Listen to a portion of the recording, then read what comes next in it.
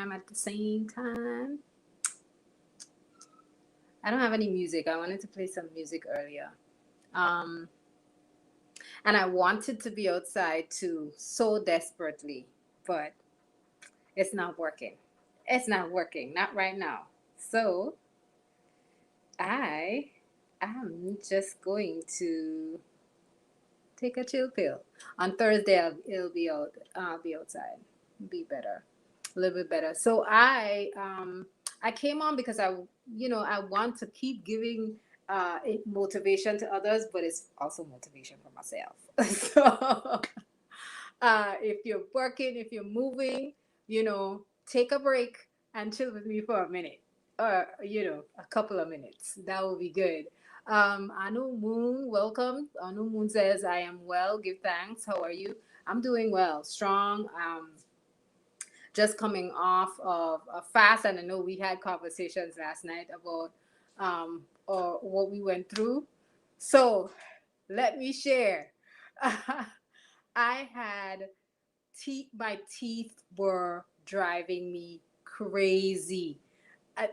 For some reason, and I guess that's where the weakness is for me, but and probably other things too, because I had headaches beginning around 4 o'clock,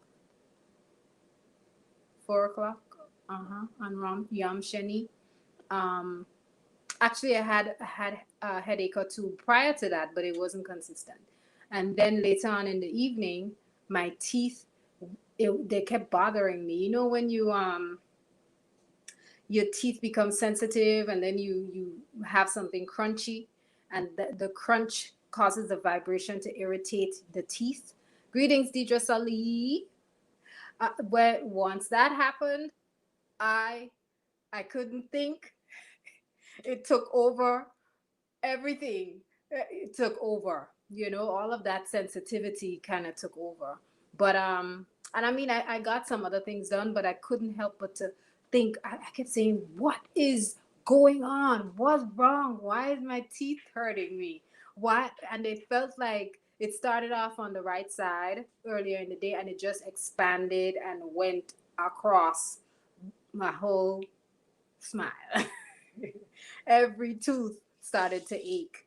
And you're probably saying, well, why are you even talking about this? That I feel like I have experienced that with fasting before, but this was the most extreme. And I'm not sure why. But I was, just assessing myself and saying it means that I'm going to put more effort into building up calorie dense foods into my diet, and I'm going to make sure that I include, like I'm getting outside and really engaging with the sun. It's up, it's you know, spring's here, so I have no excuse.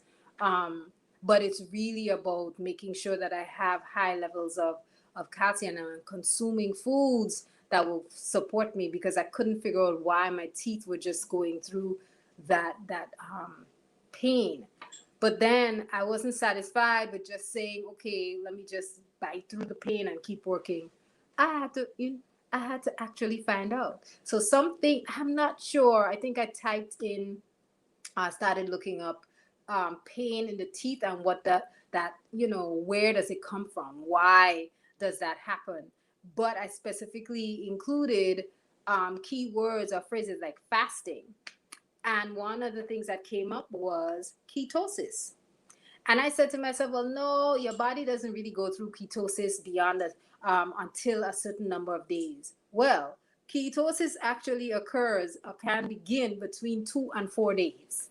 So, what I was experiencing, and if you experienced other things such as pain in the eyes, throbbing in the head, muscle contractions, and pain in the stomach, it's because the body was going through this process where you ketosis, right? You're not utilizing food for energy, you're using ketones, and sometimes that can be it triggers the body. So that's one thing. But then I started thinking about, well, what about the high levels of energy? that some of us experience during fasting. Like, why is that? How is that possible? And so there's the idea of the adrenals, right? And our adrenals help us in terms of working with serotonin and also cortisol. And so cortisol, when cortisol is high, right? When serotonin is produced and is present, cortisol is also present. And cortisol, of course, it's that stress hormone, right? Deidre says, "Oh my gosh! On the second day, I had a sharp pain shoot through the top of my stomach. I had to stay in fetal for a few minutes. Oh my goodness! Yeah, it can be. It can be. And I think the more you put your body through it, the more times or the more types of experiences we have with any type of fasting for that matter, it makes the body stronger. But I know what that feels like, to have to be in so much pain that you have to coil into that fetal position, right? If those of you who are on and you want to share how your experience was in terms of just breaking the fast and coming through it all, feel free, drop it in the chat. If you want to join on the live, feel free to do so. But I'm just going to jump back to the idea of the serotonin, because when serotonin is present, um, it is also, it works in opposition in a sense to melatonin. So if your serotonin levels are very high, then automatically in your body, your melatonin is very low. And once serotonin is high, that's increased movement. And what happens is, I mean, melatonin, we know, helps with the soothing and the calming. That's how we get to lull ourselves and fall asleep. When you're fasting, um, what happens is there's this elevated amount of cortisol and stress that the body goes through, and that actually causes additional hormones to be produced, and that makes you, literally have maybe focus. Some people are focused, some people are not. They're just super hyper stimulated and you can't rest. So maybe you found some of that happening to you, and I wanted to share that because I was saying to myself that the whole inquiry last night that was going on with me with my teeth, um, and then to discover it is one sign of your body actually initiating the process of ketosis was very, more than fascinating to me. It was very informative, because I like to learn about my body. I like to learn about what's happening, especially if it's connected with food, especially if it's connected with food. I want to know, or lack of food. So for those of you, I know Deidre said she had issues with her stomach. Deidre also said, I had to keep reminding myself, girl, you're not gonna die, or gonna die. You're not gonna die. But it feels like you're on the verge of falling out. It feels like you're on the verge of falling out.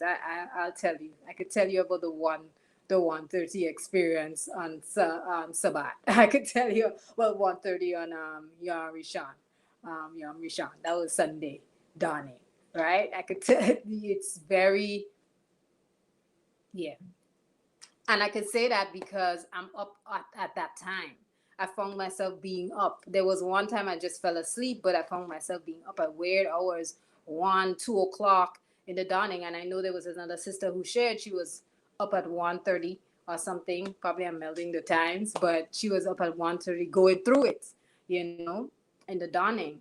Um, and I think a lot of the times it's because, again, the body is just catching up to, oh my gosh, that's what you've been doing to me these 3 days. That's what you've been doing to me all this time. What? I have to battle you, right? So the body will battle back. And that's where the mind comes in, right? Because the truth is you have control over that. And it's hard. It's not as easy as saying, okay, you have control. It almost is in sync with some of the what I stated on the Sovereign Sundays last Sunday. There's this journey that we take, and we take small steps sometimes. When it comes to stretching our body or doing movements, yoga, or even weightlifting if you lift weights, right? Or even jump roping or doing body weight movements, there's you have a goal and you know you want to get to that goal, but the beauty of the goal is the journey. That's the magic. And in there is where you actually see your body transform and your mind transform, and you're like, oh my goodness, like I did not know I could do this. I did not know that I could accomplish going beyond 24 hours just juicing. I did not know that I could go 2 days without sugar. And when I say sugar, I mean the sum total of sugar, and not necessarily natural sugars in fructose. Also, although some of us, I love my mangoes, I love peaches, I love nectarines, so sweet, so sweet. Um, Stop doing that. They're so sweet. Pears, we can get our sweet fix elsewhere. But when we pull away from the added sugars, the agave, the honey, even the white sugar and the brown sugar, your body goes through things. Your body goes through things. It goes through a weaning process. And then sometimes you may reintroduce it and you have a catatonic reaction. Right? It's crazy. A new moon says, I could only sleep in 1 hour segments. I was up and down all night for 2 days. I had weakness in my legs too. Right. The body, let me tell you, it is you can stretch it and you stretch it to the limit, and then you pull back and then you dive in again and you stretch it. So one suggestion I have is, when you are shifting into a fast, make sure, and it's, on sovereigneats.com, we have a couple of fasting and detox podcasts and blogs that you can read to kind of support you in terms of like how to transition before you actually get into the fast. It's important to actually do that time period break down the amount of food and ease or wean the body into this new state. And yes, it's gonna fight us back. But if you had weakness in your legs, I know something you could do is actually do celery juice. That's helpful to help replace some of the minerals that you may have lost. Very, very helpful. So you could have done celery. Greetings, Brother Christopher. Greetings, peace, peace, peace. Thank you for joining us on YouTube. So you could definitely juice celery to help you. Even some carrot juice would have been helpful in that moment. I mean, who's going to get up at late night and juice, so to speak? But sometimes it's helpful to prepare if you know maybe something new for you. Not that you're preparing to fail, but you're putting things in place to make sure that, okay, in the case that I have to jump off, um, or stop or pause whatever this goal is, this fasting goal, whether it's a liquid, water, or dry fast, I have this, right? It's kind of like how we prepare and plan for our meals during the strong, right? If you end up needing XYZ, you have alternatives or substitutes in the fridge or close by. So it means that, okay, I don't have to go out to get something because I have a substitute. Or I have something that can help to support me when I need that support. That would be, that's always something to think about. What things do I have? Yellow dock tea is also, I can't, you all have probably tired of me talking about yellow dock and mentioning it. It is so mineral rich, it's not funny. And most of the times when we're going through a fast and we find ourselves having shakes and cramping and other things. And I'm not putting it all in one category because the truth is we're all different. And so the cramps, the shakes, they could be for different reasons. But making sure you have a tea or something that is like a decoction from a really mineral potent herb is helpful. And two simple ones are going back to my loves, yellow dock and oat straw. You probably heard me talk about oat straw constantly, and you're like, oh gosh, give us something else, right? Yellow dock, great for that. Even alfalfa. right? And sometimes red clover, depending on your age. So those are great things to consider utilizing to help you if you're going through the shakes and so on. But I wanted us to think about some of the reactions that our bodies can go through when we're having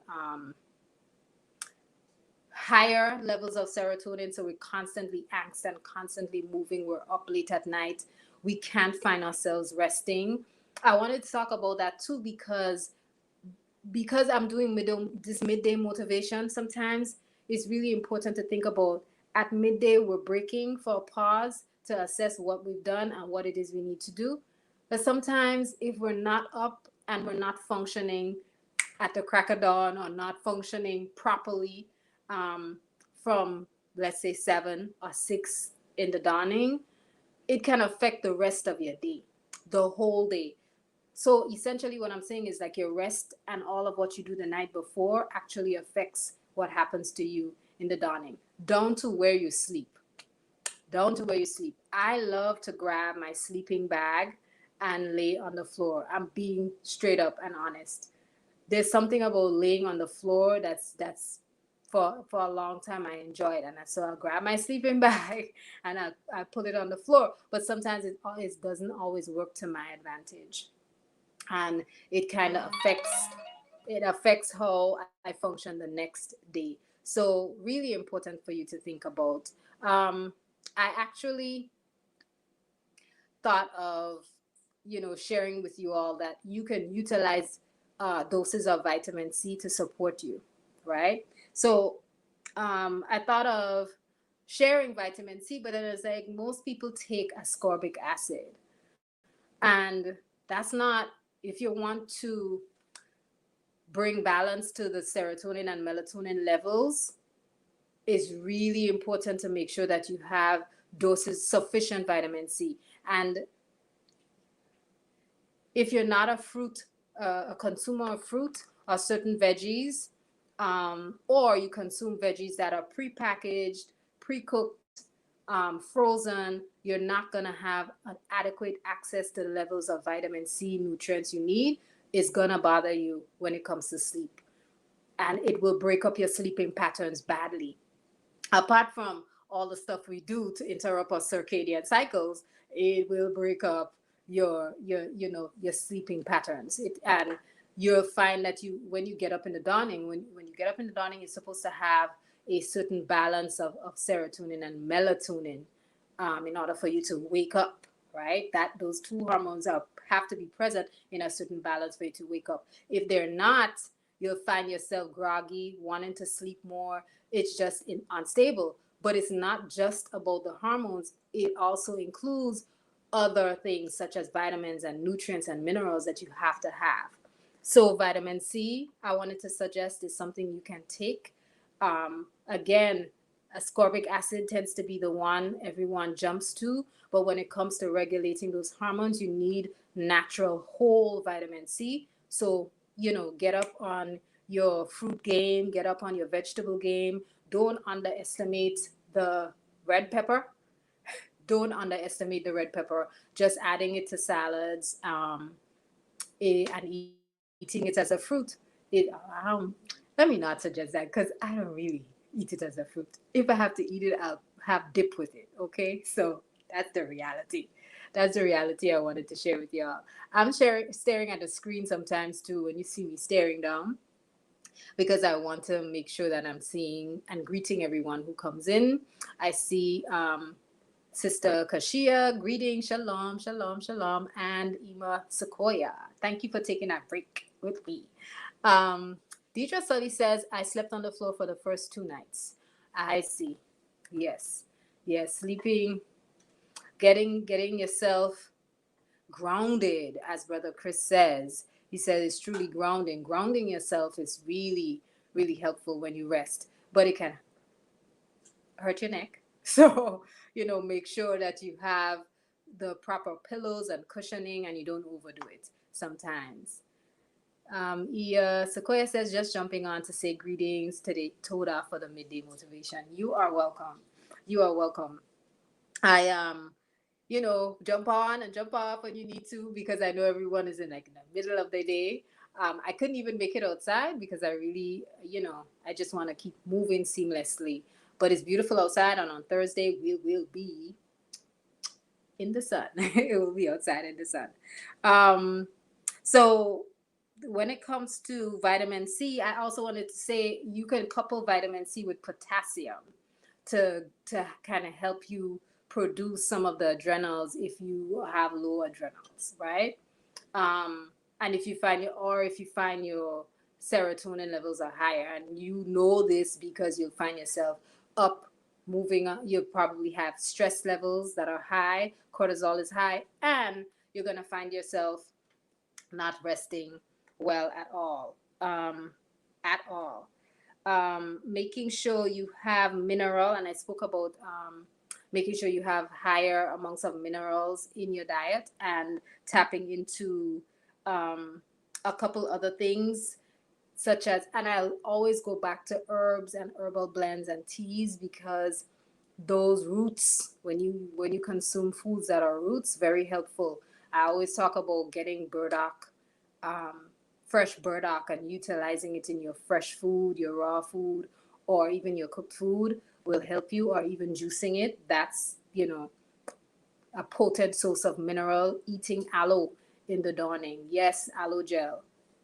um, and it's funny. I recently found out that there are like there's a latex in aloe that can actually be an irritant to many people.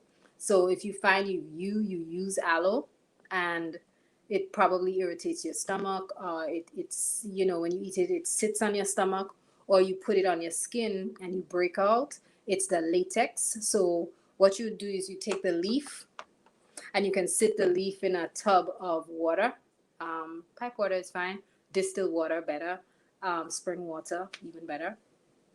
And you can sit it out for a couple of hours or even overnight before you use it, and all of the latex actually gets drawn down into the water, and you could actually see the tint, that yellow color, because the latex just you know it follows, I guess, the this idea of osmosis, so it kind of shifts down into the water, and it's drained from the leaf, and then you can use it without being agitated or irritated by the latex. So yeah, including pieces of aloe in the dawning is helpful. Um, Making sure that you utilize some sort of breathing method, right? Meditation, everyone jumps to meditation. That's helpful because it really talks about and focuses on you doing the controlling of your breath. So breath work, super crucial, to add to your daily or every other day, your routine every other day.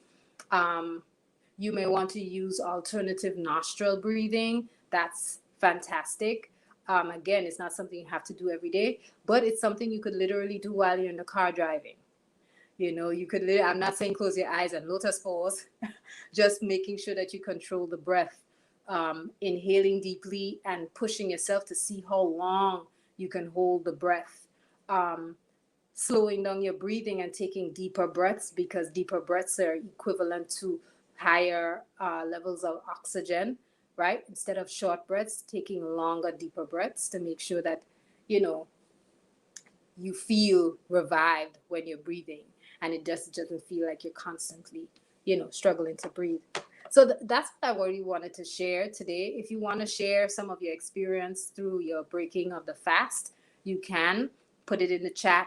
Ask to jump on the live if you have the time. But if not, I will see you all on Thursday for another midday motivation. Before I go, I wanted to say this dawning, I broke my fast with water, and I had some kombucha as well. And I tried to make sure it was very low, not sweet, because the first thing you don't want to do when you're breaking a fast is to jump into something sweet or sugary, right? You want to make sure that you're utilizing something that has low sugar so that you don't shock your body. Um, a couple hours after, I did have a mango. Had one. Had one. Oh my goodness. Um, and I intend to have, several other fruits as well. So If you're breaking your fast, try to stick to raw, try to stick to fruits and veggies, and take it easy. Drink a lot of water, drink sufficient water, especially if you're coming back on. Do not indulge in cold water. Try to drink room temperature. The cold water can shock the body, and it actually dries out your mouth more and makes you actually feel more thirsty. So quench yourself, quench your thirst properly. Deidre Sully said I had water too, and then because someone mentioned celery and peanut butter, I went in. So we have somebody who just, but Deidre went in on peanut butter and celery. All right. Actually, what I did hear the reference to celery. The reference to celery was juiced celery with apples and ginger, not peanut butter. So you did what you wanted to do. But that sounds really good. That sounds really good. I'll indulge. See you all again on Thursday. Thank you for joining me. Thank you for being in space. Oh, Sister Kashia says coconut water helps me. Yes, we had that conversation. I can't remember which live, but and you coconut water is excellent. The thing is there are these different variations of the coconut that's available to us. I know some people like the Thai coconuts, some people don't, which is the fresher coconut that you see chopped off and it looks white. And a lot of people say they do bleach it. I question that because I come from a country where when you chop the green part of the coconut off, uh, that's what you get, But I get it. Or you can get the boxed version. I particularly like the pressed box version, which seems to be something newer because it tastes very close to um, the coconut water that we drink directly from the nut itself, and it's particularly hydrating. Sister Kashi, I don't know what you've tried before, but you can just kind of put it in chat, or add it to the comments. Which one is best for you and is most hydrating? All right, peace, everyone. Thank you all. Thank you, thank you, thank you.